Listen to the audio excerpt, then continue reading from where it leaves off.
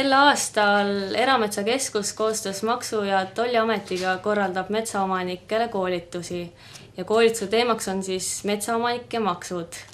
Ja koolituse eesmärk ongi siis harida metsaomanikke maksuteemadel, mis puudutab just metsandust ja metsamajandamist. Ja koolitused toimuvad jaanuarikuus ja üks jääb ka siis veebruarikuusse ja need toimuvad Eesti erinevates linnades. Uus tulumaksuseaduse muudatus on sellepärast metsaomanike jaoks oluline, et seal kehtib metsaomanikele nüüd uue korra järgi erikord, mis tingib nüüd, kui on raieõiguse võõrandamisel ja müügil nad saavad tulu, siis selle arvelt saab kulusid maha arvestada 3 aasta jooksul. Ja sellest nendel koolitustel räägitaksegi sellest muudatusest peamiselt, et mismoodi nüüd hakkab metsaomanik oma kulusid deklareerima aastal 2013. Ja kindlasti nagu vaadataksegi üle, et nüüd 2011, kui kuludeklaratsiooni täidetakse, et millised need asjad siis vanakorra järgi on ja mida metsaomanik peab arvesse võtma nüüd 2012 märtsini, kui ta esitab neid pabereid. Koolitusel räägitakse metsa võõrandamise viisidest, võõrandamisega seotud kuludest ja antakse selgitust tulude deklareerimise ja kulude mahaarvamise reeglite osas nii metsaomanikele, kes ei ole ettevõtjad ja need, kes siis tegelevad ettevõtlusega, näiteks FIE-d. Ja kindlasti siis käsitletakse neid asju selle uue tulumaksuseaduse muudatuse valguses, et mida kindlasti nüüd uue korra järgi peaks arvestama ja kuidas see kulude-tulude mahaarvestamine käib. Koolitused metsaomanikele on juba toimunud Raplas ja Tartus ja lähiajal kohe tulemas ka Võrus, Haapsalus, Paides, Rakveres, Saaremaal, Hiiumaal ja Jõhvis. Jõhvi koolitus on venekeelne ja sinna ootame venekeelseid metsaomanikke. Ja koolitusele on oodatud siis kõik ja koolitus on tasuta.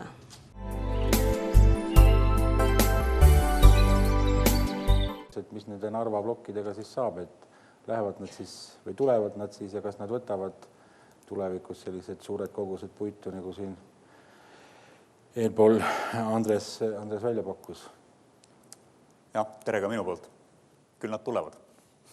Ehk küsimus on tegelikult selles, tõesti, need investeeringuotsused on nagu lähiaja küsimus, aga küsimus on muidugi suuresti selles, kas ja kui palju nad seda puitu kasutama hakkavad. Ning siin tuleb tegelikult vaadata ühes komplektis mitte ainult puidu hinda ja põlevkivi hinda, mis hakkavad seda suuresti määrama. Lisaks tuleb siia juurde vaadata ka veel seda sama CO2 hinda, millest Jaanus Aruga rääkis, ning ka toetuste määrasid, mis teile taastuvelektri toetustele makstakse. Kuna 2013. aastal muutuvad päris oluliselt CO2 heitmekaubanduse reeglid ning elektritootjad, kes kasutavad fossiilkütuseid, nagu näiteks põlevkivijaamad, peavad hakkama ostma CO2 kvooti üle-euroopaliselt turult. Kui nad täna saavad selle tasuta, siis see tuleb neile täiendavaks kuluks juurde. Siis tekib selline situatsioon, kus põlevkivist elektri tootmine koos CO2 kuluga võib olla kallim, kui on puidu kasutamine selles jaamas.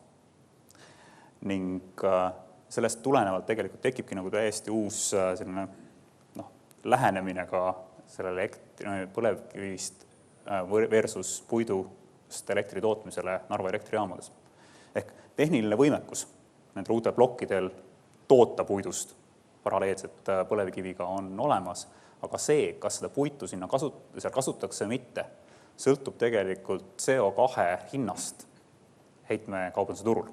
Mulle tundub see küll kuidagi ebaloogilisena, et kui meil tekib nii suur nõudlus ja see nõudlus tuleb elektriturult ja CO2 poliitikast, et võtta kasutusele rohkem energiapuitu, siis kindlasti muutub olulisel määral puidu tarbimise see väärtusahel või hierarhia, puidu hierarhia, tekitades olulise ostujõu siis elektriturust tulenevalt ja seetõttu põhiliselt kondensatsioon tootmises puidu järgi mõjutab see igal juhul puidu kasutamise struktuuri.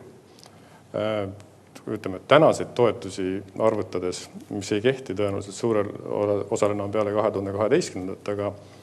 Aga hüpoteetiliselt võiks praegu maksta põlevkivi elektrijaam puidu eest hinda umbes 51 eurot megavatt-tund. See on 3 korda rohkem kui tänane hakkepuidu hinnatase. Et ei ole mingit põhjust arvata, õigemini kui vaadata nüüd RMK oksjonite tulemusi, siis ainuke asi, mis ahju jääks ajamata, oleks kasepakk. Kõik muud hinnad jäävad alla selle ostuvõime. Et meie, siis Eesti kaugkütjad, näeme ikkagi suht muret avaldavat tendentsi selles, et me ei suuda oma tarbijatele pakkuda konkurentsivõimelist soojuse hinda, kuna me ei suuda osta enam turult puitu selleks, et seda mõistlikku hinda oma tarbijatele pakkuda. Et see, ma arvan, on kogu metsatööstuse probleem seoses potentsiaalselt nagu väga suure puidunõudluse kasvuga. No mina näen selgelt, et turul toimuvad olulised muutused, sest Euroopa Liidu energiapoliitika sisuliselt defineerib selle, et puidul on suurem roll energiaturul mahuliselt kui varem ja kuna energiaväärtust inimesed peavad energiat väärtuslikumaks asjaks kui puust tehtud tooli või mööblit. Inimesed on valmis maksma energia eest tegelikult ropult palju rohkem. Siis ma väidan, et tegelikult puidu fundamentaalväärtus pigem hakkab kasvama. Ehk siis see tänane palk, mis maksab X ühikut, maksab lihtsalt X korda 1,2 või 1,4 ühikut, sest tegelikult ka selle hinna eest ollakse valmis seda puitu ostma. Ja see tuleneb just sellest, et kõige madalama kvaliteedilisele materjalile tekib suurem nõudlus ja see hakkab tegelikult täiesti lihtsalt suruma ülesse ka kõrgema kvaliteediliste materjalide hindu ja sellisel moel hakkab ta ka mõjutama puidusektorit. Ma näen just seda, vaadates hästi külmalt niimoodi, milline on selle Euroopa kliimapoliitika mõju puidusektorile. Sellisel moel ta paraku välja hakkab nägema ja ma ütlen selline objektiivsuse veel nagu suurem dimensioon on see, et me oma enda riigi siseselt saame üsna vähe oma riigi sisese nõudluse mõjutamisega stiilis keelata Narva jaamadel biomassi kasutamine või mitte. Ma näen, et sellel on tõsine mõju ja energia osas on konkurentsivõime tõesti sõltuvuses siis kasuteguritest. Näiteks koostootmisjaamad tänasel hetkel on nii efektiivsed, nad saavad müüvad ära, eks ju, sellest puidus olevast energiast, reaalselt raha eest müüvad ära, keskelt läheb 85%, eks ju, nad saavad 85% puidu sees olevast väärtusest raha kätte. Katlamaja lihtsalt, kes toodab lihtsalt soojust, tänasel hetkel kindlasti saab 80% kätte energiana müüdud. Ehk küsimus on see, et kui palju inimesed on valmis maksma energia eest.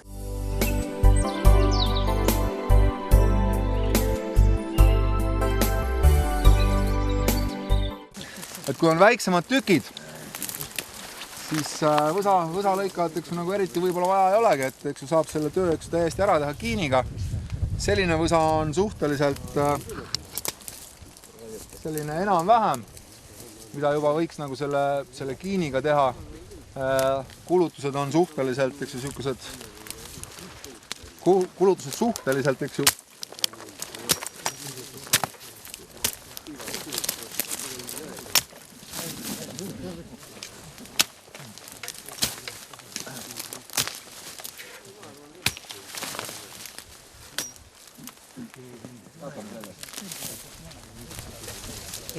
ja saab päris, ma arvan, et niimoodi, et ei ole väga nagu, kui see kiin on terav korralikult, eks ju, et seda õieti kasutada nii nagu praegu, eks, et ei kasuta nagu kirve asemel.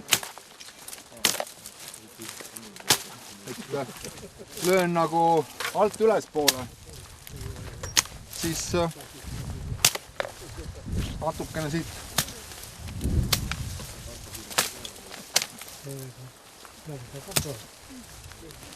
ainukene miinus, mis selle võsaga raie juures on siis see, et kuna te peaksite veidikene seda oma selga siis üritama hoida, et need kännud jäävad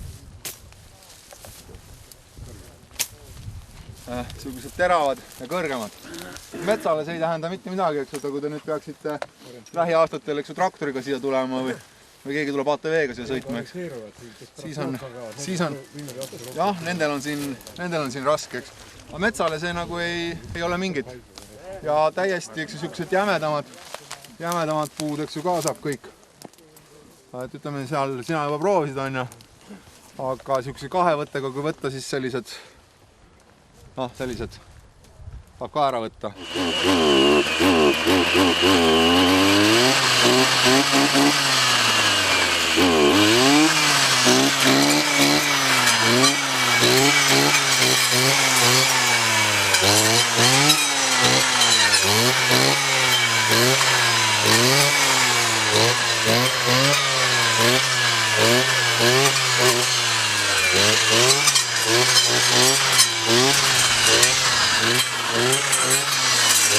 Konkurentsi siin ei paku, on ju. Et siin on nagu korralikult, eks ju, see kuuskon, eks ju, seal on teine kuusk, eks ju, tolle kuuse pealt muidu, kui võtaksin lehtpuu veel, võtan ära. Siia jäi nüüd kask, on ju, või see mänd. Kõrvalt, eks ju, sai väike ära võetud konkureeriv. Siin auku ei ole, eks ju, siin jääb, eks ju, nagu see okaspuud jääb siin päris tihedalt, eks ju, et kui me võtame selle koha peal, eks ju, teha nüüd, eks ju, see ringproov. Mina kasutan ringproovi tegemiseks siis õngeritta. Et kui meil on 4-meetrine õngeritt, eks ju, siis ja sellega teeme nüüd selle enda ümber selle lugemi. Siis ringi raadius, ma võtan sentimeeter lühemaks. 3,99, kui on ringi raadius, siis ringi pindala on 50 ruutmeetrit. Ja siin loen ära siis kõik, eks ju, tüved, eks ju, mis siia ringi sisse jäävad. 1, 2. Siin on 3, ja keskele jätan kase veel, 4, 5, 6, 7, 8, 9, 10, kui see on nüüd on 11, siis no sinna ei ulata. Et siis 11, eks ju, korrutan 200-ga, 2200 hektari peale. Et see ei jää enam, eks. See jääb napilt välja. 2200, eks on sellise tiheduse juures veel siin hektari peale. No 4-meetrine õngeritt, eks. 1 sentimeeter tuleb maha arvestada, eks ju. Ammustate otsast ära või mina võtan siit tagant, eks ju, et siis arvestan, et on sentimeeter lühem. Muidu 5,63 on see ametlik, eks ju, millega mõõdetakse. Aga see 5,63 läheb liiga pikaks. Et sellega siin võsa vahel nagu torkida, eks ju, et kui vaadata, kas ta nüüd ulatab või ulatab, et siin on praegu hea mõnuseks lage koht, eks siin on hea keerutada. Aga kui te olete tihedamas kuskil, eks ju, nagu seal selle kase noorandik, eks ju, seal, kus see kask on rohkem, eks ju, siis seal on juba sellega, eks ju, natuke halb mõõta. Aga iseenesest, eks ju, kui ma ütlesin 1600, eks ju, siis me võiksime nagu minu arvutuste järgi võiksime siis veel siit, et siin on 2200 oli, on ju, et 8 võiks jääda. Ja praegu 11 oli, et 3 puud välja võtta, siis ma võtaksingi selle välja 1. See on 2 välja siit. Ja siia ma arvestasin selle ka, eks ju. Need välja. Ma arvan, et see pilt nagu väga oluliselt ei muutu. Minu jaoks see võsa lõikamise või valgustusraie tegemise õige tööriist on ikkagi see sama võsasaag. Et kui ma ta nüüd enda jaoks ilusti korralikult, eks ju, ketta teravaks teen, siis mina neid mehi ei usalda absoluutselt, kes selle ära võtavad siit. Selle ketta kaitse, eks. Eesti keeles on ta ketta kaitse, eks, aga soome keeles on ta tegelikult väga hästi nagu õige ta on taimesoojuseks soome keeles. Ja see ongi taimekaitseks on see asi. See on see asi, eks, tänu millele, eks, ma saan lõigata kuskilt tüvede lähedalt, eks, seal ühe koha peal oli ka, et eks, noh, see kasvajäämast tüvest, eks ju, 2-3 sentimeetri kauguselt ma saan teised ära lõigata. Tänu sellele ma saan seda teha.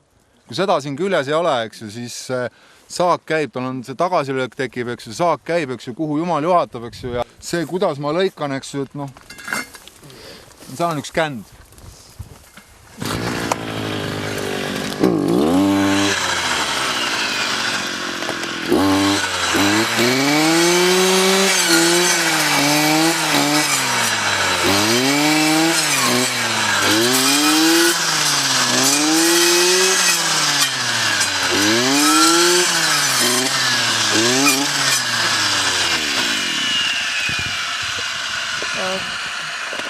ketas on õieti teritatud, eks ju, siis ma lõikan täpselt puu sisse nii kaugele, kui tahan. Jämedamal puul teen langetussälgu veel ära, eks ju, kõik asjad.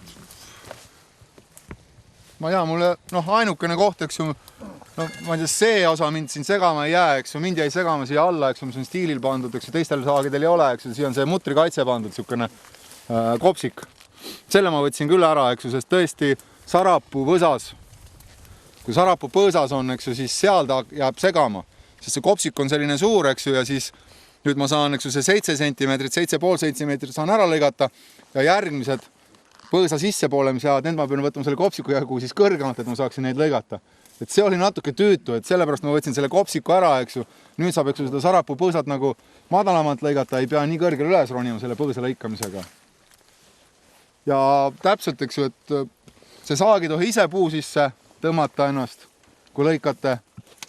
Ja nagu seal oli, et kui ma tahan, eks ju, lõpetan selle lõikamise ära, võtan sae välja ja siuksed jämedamad pakud asjad, see oli nüüd hästi pehkinud, eks ju, et aga ma alguses mõtlesin, et on järsku kõvem, eks ju, isegi kõva puiduses, eks ju, sellisel jämedale puule lihtsalt lõikate tiiru peale.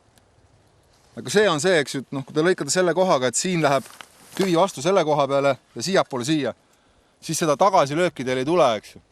Et jäävad teil siin vasakul pool kasvavad, eks ju, puud jäävad kõik vigastamata.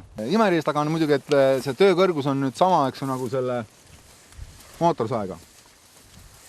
Ja sellel imeriistal siis on see, et siis need kännud jäävad põlvekõrgused või natuke kõrgemad ja see võsa siin konkreetselt on natuke selle imeriista jaoks natuke liiga tihe ja peenike. Et see tahab natuke jämedant.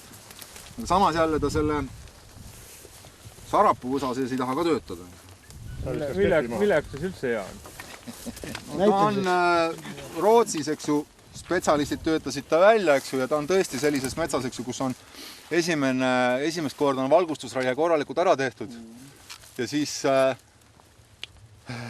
5 aastat enne, eks ju, seda harvendusraiet, eks ju, siis võetakse niisugune peenem välja veel, eks, millest nagu nii harvendusraie ajal, eks ju, mingit materjali ei saa, eks ju, ja siis tehakse. Aga mille taga sarapuud ei saa lõikida? Tal see lõikekiirus, tähendab, mootor on suhteliselt väike, eks ju, et see lõikekiirus jääb väikseks, siis vajutab kinni, läheb keti vahele ja lükkab keti maha. Ja teine asi on, et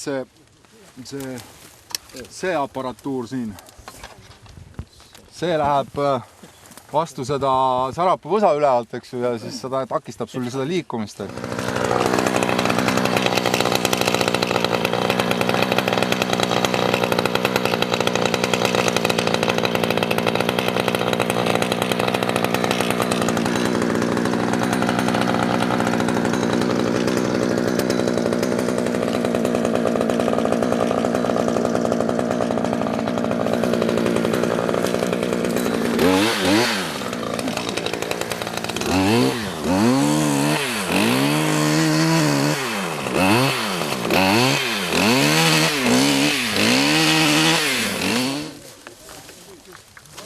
On see minu öeldud põhjus, eks, et miks ta natukene siin on, eks, ebamugav, eks, seda peenikest võsa on hästi palju, sama nagu sarapuu põõsas, eks, et see peenikene lööb siia keti vahele, tõmbab kaasa, eks, lööb selle keti maha.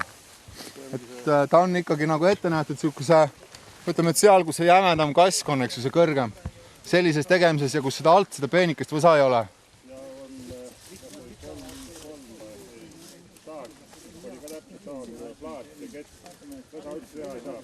Jah, et see ongi, siin on selle väga raske seda tasakaalu ka saavutada, eks, et praegu oli mul kett isegi pingule tõmmata, et kuulsite, et kui gaasi andsid, siis mootor, eks ju, nagu suhteliselt vaevaga vedas seda kaasa, eks ju.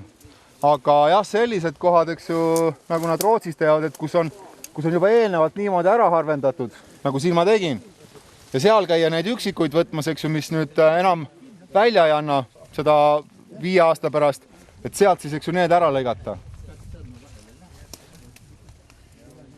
Aga selles mõttes jah, et liigutamine sellega on natukene kergem kui selle võsasaega.